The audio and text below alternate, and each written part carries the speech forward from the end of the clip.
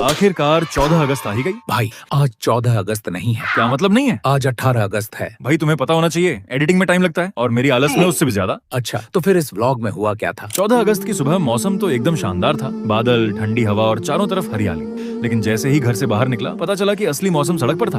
बारिश के बाद हमारी गली इतनी कीचड़ से भर चुकी थी कि मुझे लगा ये गली नहीं, दरियाए सिंध का नया रास्ता है। पानी का लेवल थोड़ा कम था, वरना चप्पलों के साथ नाव भी लेकर निकलना पड़ता। लेकिन गांव की एक अच्छी बात है कि रास्ते खराब हों तो हों, नेचर की कमी नहीं होती।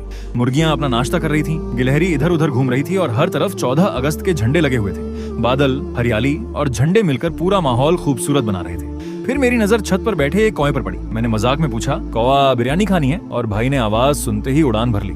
थोड़ी देर बाद देखा तो चोंच में लकड़ी लेकर जा रहा था, शायद बिरयानी से बचकर अपना घर बनाने निकल पड़ा था।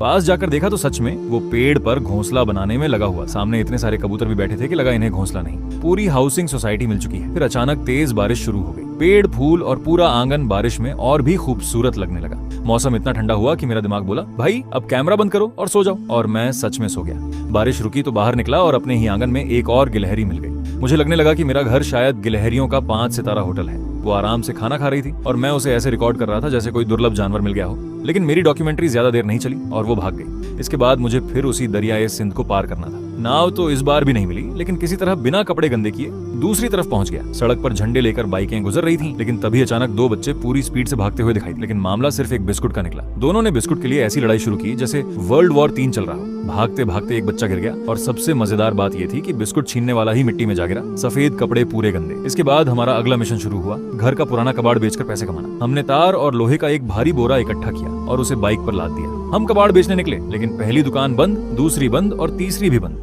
तभी याद आया कि आज 14 अगस्त है। हम भी कमाल के लोग हैं। छुट्टी वाले दिन कबाड़ बेचने निकल पड़े। वापस जाने ही वाले थे कि एक अंकल ने बताया कि आगे एक और कबाड़ की दुकान है। अब वही हमारी आखिरी उम्मीद थी। अगर ये भी बंद होती तो पूरा भारी बोरा वापस घर ले जाना पड़ता। लेकिन किस्मत अच्छी थी, दुकान खुली थी, कबाड़ तोला गया और अब सबसे बड़ा सवाल था कि कितने पैसे मिलेंगे। आखिरकार हमें मिले 550 रुपए। 500 और 50 मतलब घर के पुराने कबाड़ ने आज हमें 550 रुपए की सैलरी दे दी। अब इतने पैसे मिले तो हमने सोचा, हमने खाना मंगाया। 550 रुपए पूरे खाने के लिए कम पड़े, इसलिए मुझे अपनी जेब से भी पैसे डालने पड़े। और फिर सामने आया हमारा असली इनाम।